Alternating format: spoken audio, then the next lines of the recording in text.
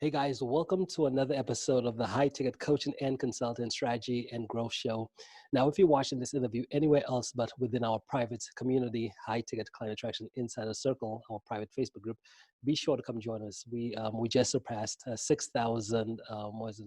We just surpassed 6,000 members in there. So if you're not a member, if you're a coach, consultant, service provider, be sure to come join us. We definitely love to have you. And today we have our guest, Daria Vodopia. Okay, let me try this again. Daria Vodopianova. I got it right? Yes, perfect. Yep, Donna Vodopianova. There we go. Awesome, guys. And Daria, she recently joined our community, which is an awesome community. So again, if you're not a part of it, be sure to come join. And Daria, I know right before we got started, you said you've done, you and your partner have done like 6 TEDx talks. Yeah. Goodness. What is the process? Well, I guess we'll kind of say that for a little bit later. But tell us, Daria, what is it that you do? Tell us about your coaching consulting business. Sure. So with my partner, we have been a couple for 10 years and running company together for 9. And what we love doing is supporting coaches to really thrive around their knowledge. So for us, our company is called Thought Leadership Academy. So it's all about how can I take my knowledge and go from being a coach making a living to actually make it sustainable, and from that becoming the expert in the field, the go-to person. And when you feel like, okay, you're starting to get some momentum, then we work a lot about thought leadership and framework development, method development. So we take them really the whole process. We have 5 stages we take them through so they can really scale their impact, because many coaches, when they come into this industry, what they really care about is serving and impacting, and they want to be able to help more people to get results. So when they are frustrated with money or financial goals, so they know how to create methods and they don't know how to coach, what's really important for us is to help them through the process step by step, and not just go directly to doing something that would not really sustain their business. So that's Hmm. what we do. Okay, awesome. And you said you have a 5-stage process that you take them through. Yes. What are Yes. those 5 stages?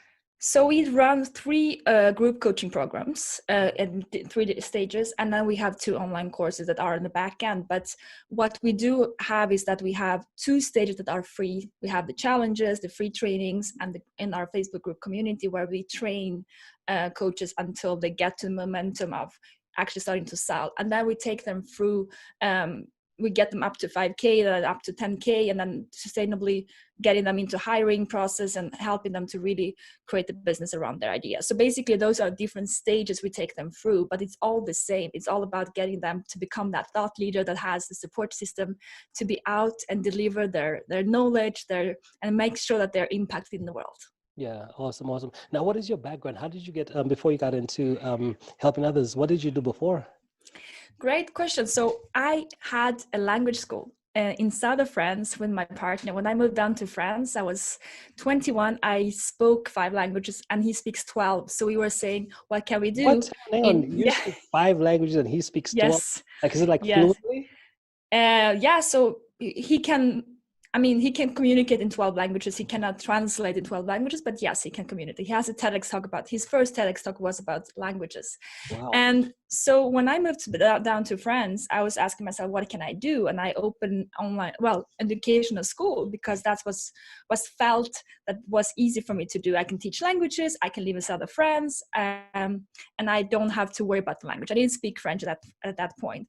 And what Hmm. happened was that we start to get a lot of momentum around us with the TEDx and with people starting to see what we were doing, and we didn't know how to scale. So we got to momentum of feeling that we have knowledge and people want more of us, but we are doing one-on-one, and somehow we are stuck.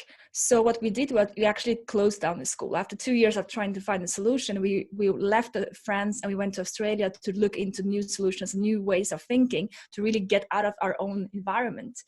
And from that came an understanding that we don't have to go into this traditional way of becoming the slave of our own company and train other people to teach for us, because what I love doing is teaching and delivering.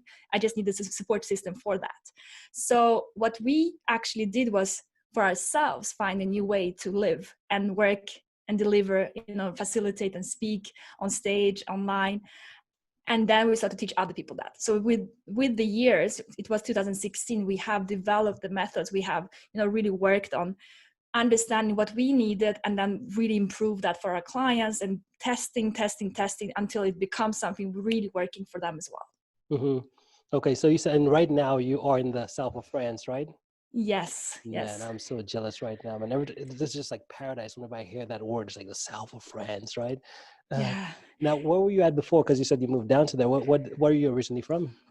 So I'm a Russian Ukrainian. I grew up in Sweden. I lived 15 years in Sweden, in Stockholm. I came down to France as an exchange student, and I met my partner the first day. Hmm. So I wanted to find a way to stay there, and that was why I opened the language school at that point. Yeah, awesome, awesome. And so ultimately, you start off with language, and you said you speak 5 different languages, right? Yeah, Yeah, pretty cool stuff. Now the question then becomes like, what's I guess on your journey right now, what would you say are some of the biggest breakthroughs you've kind of made, whether it's in helping others, growing your company? What have been some of the yeah. biggest breakthroughs for you? For me, or for what do you say for the company? How in the Well, question is it more? yeah. Well, I guess for yourself, because I know that as you grow, because most of the audience, I know they're coaches, consultants, also looking to Yeah, grow as well too. yeah. In terms of I guess things that's really worked for you, as far as maybe Yeah, something that maybe a place you were stuck and you were like, okay, here's what I did that kind of yeah, helped me figure this out. absolutely. Yeah, so for our company, we had massive growth last year, and what has really shifted for us was the moment when we start to go away from one-on-one clients. I think that the first thing we did that was really shifting our business in the beginning was stop working one-on-one when we can do that in the group, or when we can teach something that we don't have to repeat over and over again. That was the first realization. And the second one was going from working with one group coaching with a couple of people on how to actually develop a group coaching package and not do online courses. There's a lot of people talking about online courses in the industry, of saying if you go from having one-on-one clients to online courses, and I truly believe that you are not ready to do that unless you know how to validate your ideas and frameworks enough. I don't think that we speak enough with our avatars to create an online course from just doing a couple of one-on-one coaching sessions. So that's why I think for us, what we have done and what we're teaching our clients is go from one-on-one to group coaching, and then if you want, you can develop online course and things like that. But it's not the moment right now, specifically, it's not the moment to create online courses, because it's not going to be more sustainable for you. Those 6-figure launches, 7-figure launches come when you know how to do marketing, how to do launches, how to sell on a webinar, and all those skills will take up time. So that was a real big realization of, oh, okay, I don't have to go from one-on-one to masses. I can actually go from one-on-one to a small group to develop my group coaching. And the Hmm. next step, what that was really important for me, was how do I create results for my clients? And the thing was that many times when we start group coaching, it's not about coaching people one-on-one in the group. It's actually taking them through a process from A to B. So an actual framework, actual like success path is so important. So you know what, okay, if they come into the program, this is the steps they have to go through to go to the next step. So like success path, a framework, and method development is so important.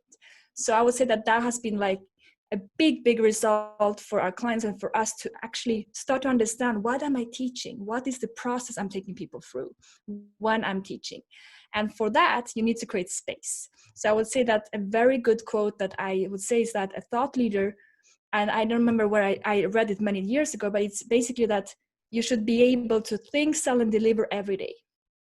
The problem we do is that we deliver too much. If you do one-on-one coaching, even if you're making 6 figures, if you're just doing one-on-one coaching in the line, you're not having enough time to process what you're doing, and you don't have the time to create a framework. So you should actually be able to spend 30% of your weeks, create enough time to create content for your clients, for your communities, for people, in what's really actionable right now, especially in the crisis right now, or if we want in this season, let's say.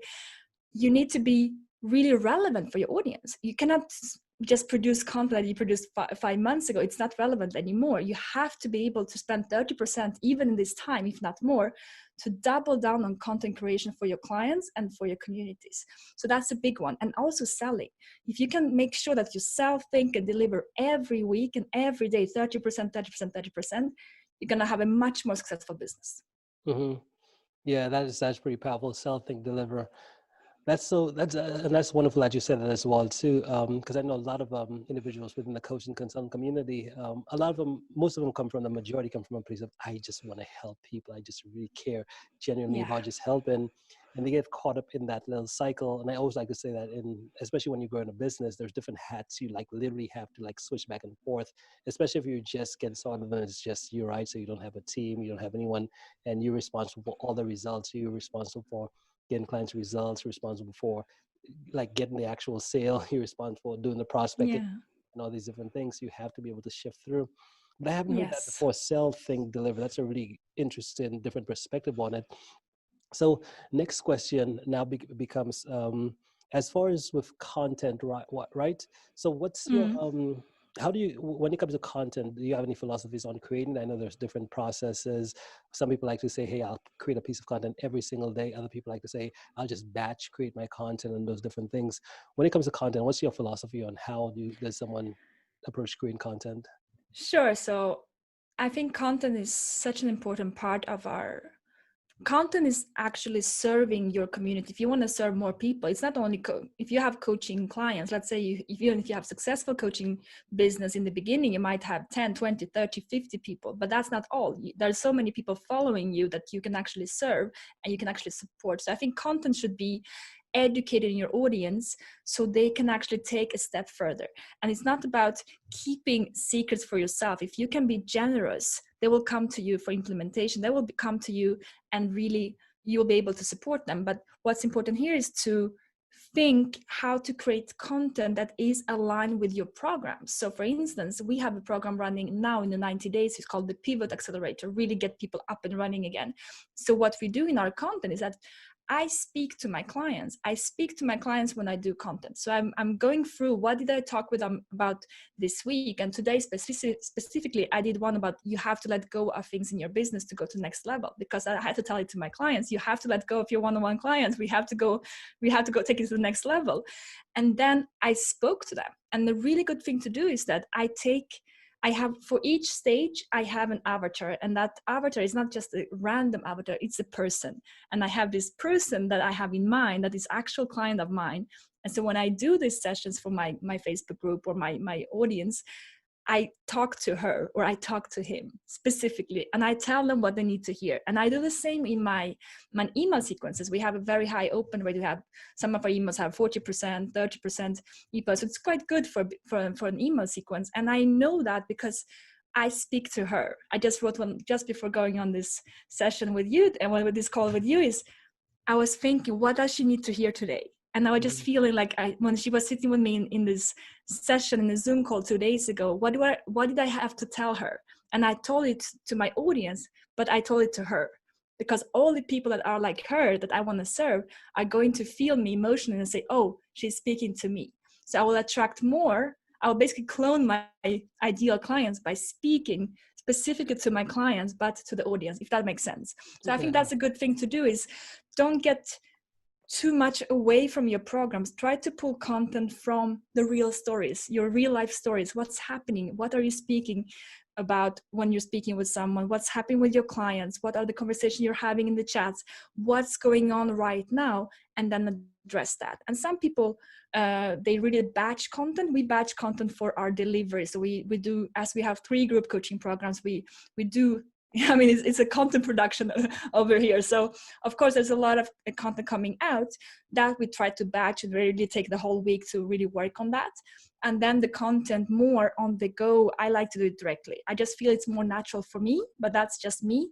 I feel that I speak at that moment. I'm there energetically, emotionally, I'm there connected with the person, so I can do that. But some people can do it before. I think it's more about how you are as a person. But if you Mhm. know that you get easily frustrated with content, then block a day for that. Just make sure that that's part. It's not, content is not an extra, like, oh, I should produce content for social media. Content is your lead generator. Content Mhm. is your way of serving. So if you're in coaching for serving, then content is a huge part of that. Yeah, I love it. And I know most individuals, especially because the question I always get asked as well too is like, hey, what should I create content or should I be selling? Like, which should I do? When should I do what?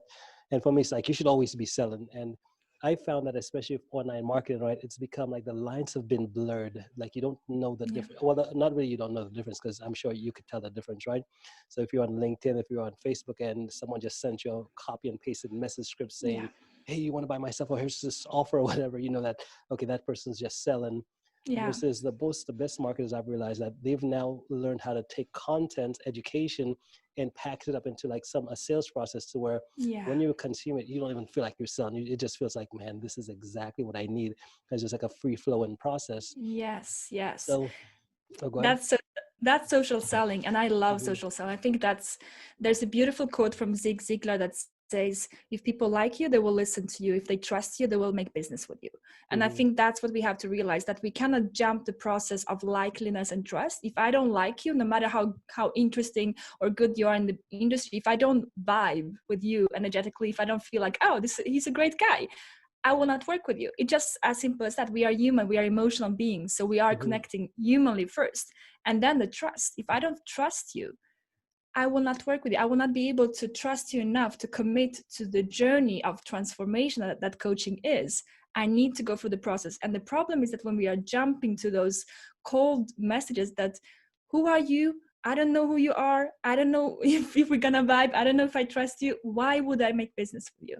So mm-hmm, don't skip that process. And a social selling cycle, it can take anything from 3 months to 18 months. So you have to be patient as well. That you might be thinking nothing is happening, but there are a lot of people watching your content, they are reading it, and they might come back 1 year later and say, hey, I really want to work with you. And if you create enough momentum, there's going to be a ketchup effect, like the glass bottle that you're trying to push, and then it just comes out and it's like you have ketchup everywhere. That's the ketchup effect of social selling. You just, you get the momentum because you're out there and you keep showing up. mm-hmm. Brilliant stuff. And that's so fascinating as well, too, because I know in our company, that's the same exact thing that happens. I've literally had people say, I've been following for like 3 years and I'm ready to now make a decision. Yes, Our yes. oldest client, she is, well, she was our oldest client, but she passed away like last year. But she was like 74. And I remember having a conversation with her like about 4 years ago, up until the point where she actually signed up, but she had been following the content for a whole several years. I was like, wow, that's very Yeah, interesting. And a yeah. lot of people, I know that's one of the reasons why, because when you get into creating content, it doesn't feel like there's any type of instant gratification, instant like yes, no, and getting the sale.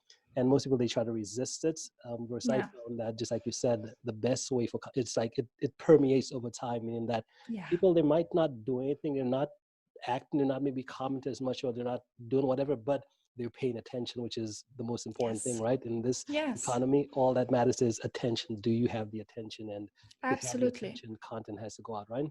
Mm, mm-mm. Hmm. Awesome. So, what about yourself though, as well too? Because what about clients? Because I know that's typically what most individuals want to know, especially coaches and consultants. Like, what's your strategy for how does someone get clients, grow their business?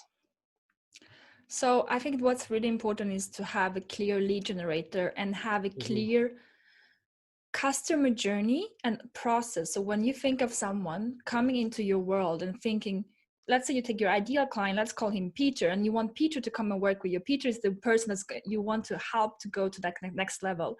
You have to think of Peter, of where is Peter going to hang out online, what he's going through, the buyer blocks. You need to know them. If you don't know what's going on in Peter's world, especially right now, if you don't know, how is Peter reacting to being in quarantine?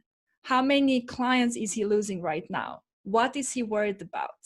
All these things. If you don't know that, even if you're not worrying, because I have a lot of clients who are high achievers, like, I'm fine, I'm hustling. I'm like, no, no, no, no. It's not about you. It's about your clients. You might be feeling okay being at home, but maybe your clients are freaking out Right. because they don't want to be there. So understanding that your reality is not their reality, and get into their world as much as possible, and then serve them before they become your clients, and say, how can I show up for them? How can I make sure that, do they want to have lives? Like for us, for instance, we do 30 minutes live sessions, live trainings in our Facebook group, because that works really well for our audience. They like to have short and quick, get on the call, have some, engage with the others and get off. 90 minutes doesn't work. You have to A/B test it. You need to see what's working, what's not working, not to get so attached to your initial ideas in marketing of that's what I want. And having a clear customer journey, you need to always know what's the next steps. So for instance, I see a lot of people saying, oh, I'm going to create a podcast, I'm going to do this and that. And I say, great, but I don't even know how I can go from your podcast to your website, from your website to the webinar, from the webinar to the call to your group. I don't know that process. If I don't see that process, if it's not clear, and if you're not measuring all that, then you're spending too much time on things that are not really mattering. And here's the thing with time management. A lot of coaches say, I don't have the time. There is no such thing. There's a time management problem here. So you need to also ask yourself, how can I create the time in my business? How can I make sure that I actually have these 30% of content creation time for delivery and for actually being on calls like this or doing other things? It's just part of growing your professional coaching business. Yeah. So making sure that everything that you're doing for your lead generation is intentional, and go back and retest. For me, for instance, LinkedIn has been, I was really on LinkedIn in 2-3 years ago when it was blowing up and organic reach was crazy, and I surfed that wave. Now what I'm seeing that Facebook groups are really working well. I'm not going to stay stuck with LinkedIn worked 3 years ago. I'm going over to Facebook because that's what my community wants right now. I'm just listening. You have to listen and witness what they want, and you will not need to ask yourself so many questions. And yes, if you don't know how to get sales, also ask yourself, is it because I don't know how to do it, or is it because I'm afraid of rejection? Because many times we are like, oh, I don't want to do sales. I don't like sales. For me, loving sales was loving serving my community. If I have a big wish to impact more people, I have to go beyond my own limiting beliefs about sales. That was a huge understanding for me, is that my mission is bigger than my self-doubts. And I will get uncomfortable to be able to support someone through the process. So that's the thing with lead generation and sales, is understanding that if you're not good at it, see why you're not good at it, because it's something that you have to also learn to do. If you're going to be a thought leader, you need to learn to sell, deliver, and think. 30% of the time you should be outselling. And that means also through content. Out there, speaking to your audience, asking them questions. Another thing I would say that lead generation wise, you need to get enough momentum. Many times I speak to coaches who don't actually speak to their audience because they are afraid. They don't have enough interaction, so they don't know what actually works and doesn't work. And they don't push to the no. There's a great book from, I don't know if you know, Chris Voss, with the negotiation. He was an FBI negotiation expert for terrorists and stuff, and he speaks about the power of pushing to the no. Many times we stop too early, so we never understand why do people not want to buy from us. And actually saying, hey, by the way, I'm not going to try to sell you something, but like if someone, let's take an example, you have an coaching program and they say, well, I will think about it, and they never come back. Go back to them and say, hey, I saw that you didn't sign up. I'm not going to try to convince you, but please tell me, why did you not sign up? What didn't work for you, so I can be better? Be strong enough to go out and actually ask those humble questions of, how can I improve my sales process? Yeah, that's powerful as well. That's so powerful. And I think on that final thing you hit on, the like stopping too early, because one of the things I noticed, it took me a bit to figure it out, but most sales happen on the follow-up, right? So most individuals, and when I saw my own journey as well, so I really thought that when I go to a prospect, I would ask them, I'd make the offer, and then they would give me the objection. And once I got the objection, like, oh, that's it. Well, thank you. It's just going several ways.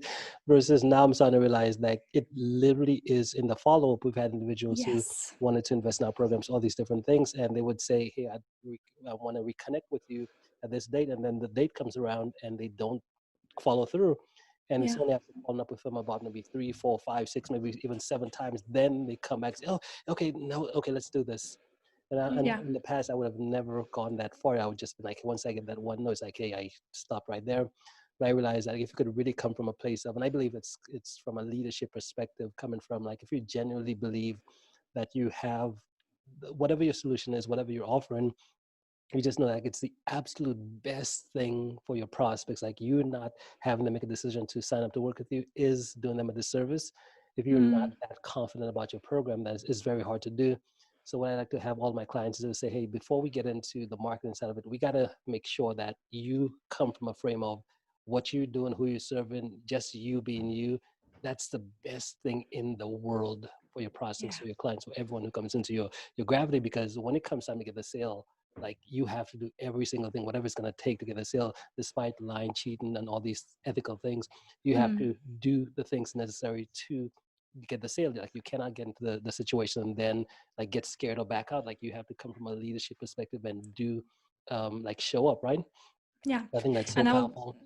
I think what I can add to that is we have to understand that when you are in a sales process, when you're selling something to someone, you're coaching and you're offering to work together, you're asking them to change. You're asking them to open up to transformation. So naturally, they are going through a traumatizing experience. Every sales, even if I'm thinking, oh, I want to buy a new jacket, I will still start to say, oh, am I doing the right thing? So if we can just understand that there is no such thing as, yeah, I'm just gonna go with it.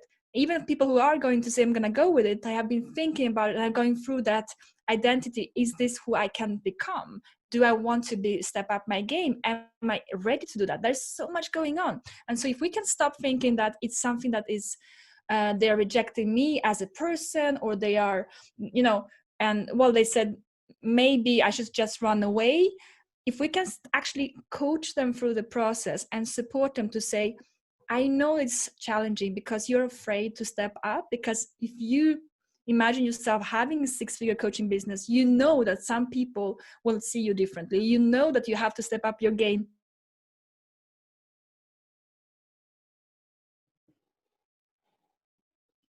Okay, so yeah, sorry guys, we got cut off a little bit here.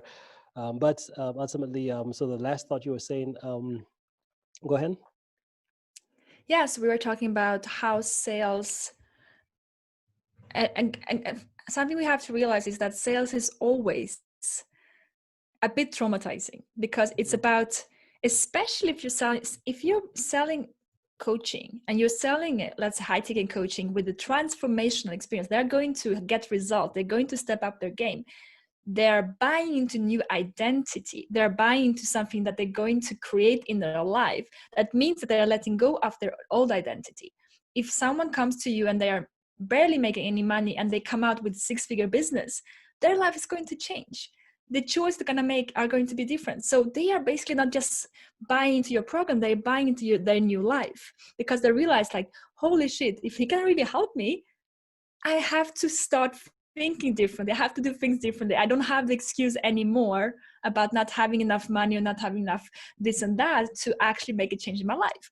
And that is scary. So if we can just step away from ourselves for a second and say, oh, this is my group coaching or this is my coaching package, and they don't want to have my baby that I've created, and actually think about what's going on in their head right now.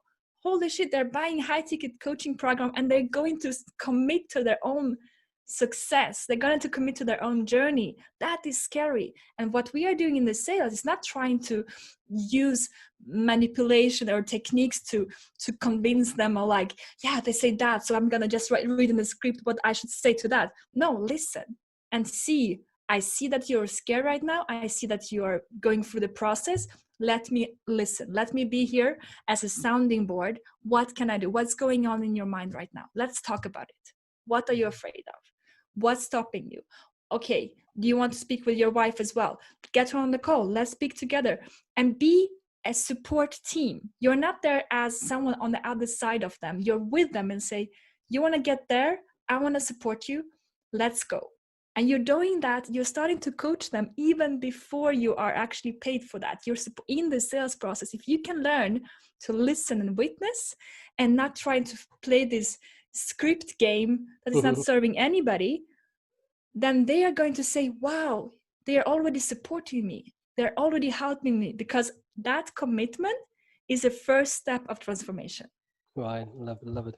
But we were running short on time here. I didn't even realize the time went by so fast, so it's like crazy. But there's three questions I typically like to ask right before we end. So the first one is in terms of just your entire life, right? So getting to where you are today, what's that one? Do you have any story that you could share as far as the level of success, everything you've done in your life? What, maybe one story from maybe your past or something that's kind of helped you bring you on that path to where you're at today? So for me, the most important in my life has been the people around me. I got my first mentor when I was 17, and she opened up the world of entrepreneurship to me and opened up the world what was possible. And for me, what she showed me what was possible at that point when I started to work for her, and she was a small business owner, has been what I've been doing all my life is giving back what she gave me.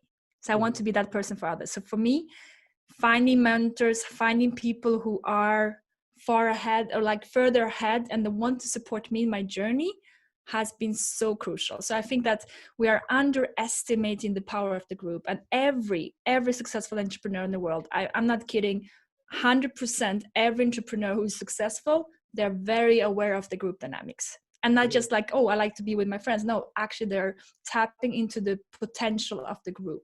And that's something I think we are undervaluing. I have a TEDx talk about that. I just really believe that it shifts everything. Yeah, awesome. Next question is, what about skills wise? What would you say is the most valuable skill you've learned over the few years you've been doing this? Listening. I think being a great connector, being a great human in terms of seeing the person. I think that if we can start to speak to strangers and see in them that we have so much in common, if it's your clients, and just really connect, it's gonna shift your business as well. I think that social selling is all about that. It's about networking, it's about being of service, and that is a skill that is highly, highly important today, to learn to speak to strangers that are in your network so you can build real communities and real tribes. Awesome. And final is habits wise, what's the one habit that you've developed or that you think anyone should develop if they want to be successful? Oh, there's so many things. A habit: say no. Say no more than you say yes. 100%. If you're a people pleaser, if you're someone very kind, or if you're not, learn to say no more than you say yes. You should say no every day, because your time is so valuable, and you have as much time as Oprah or Tony Robbins or anyone else that you look up to, and time is not an excuse for you not showing up. So I think that if you can start to protect your time and be very, very cautious how you spend it, and say no more than you say yes, to really be focused on how am I showing up and what am I saying yes to, and make it hell yes when you really say yes, to be 100% in your alignment when you say yes, and 100% when it doesn't feel right, learn to say no. That's a really big thing for me. Love it, love it. Now the final one is, if someone wanted to reach out and get in touch with you, what's the best way to do so? Join our group, our Facebook group. That's where we are really. Right now, we are in 90 days of pivot support for all coaches that are kind of struggling and finding their way to balance. So joining that group, we're doing lives, we're doing a lot of sessions to support them. So that's where I would say that. Yeah, I don't what's know the if name of your group? Thought Leadership Accelerator Community. Maybe you can share that link. I don't know if it's easier. It's a long name. So Thought Leadership Accelerator Community. We're doing it tomorrow. If you're watching this live, we're doing one about customer retention tomorrow. A small live session about that. So I think that's the best way, because then we can really be of service. Of course, you can connect with me on LinkedIn, on Facebook, but I want you to be able to really get support straight away when you go into my world. So that's where it happens. Yeah, love it, love it. Awesome, guys. And everything Daria, she mentioned on here today as far as the links, ways to get in contact, they will be right below this video. So if you're looking to connect, be sure to click on the links and check her out, okay? Awesome, Daria. Well, hey, thank you so much for making the time to be here today. I'm kind of depressed that you're in the south of France and I'm like here in this boring place, but we'll get through it. We'll get through it, right? Yeah, for sure, for sure. Yes. Thank you Awesome. so much for having me. You're welcome, It's and been a we'll be in pleasure. touch, okay? Thank you. Awesome. See you later.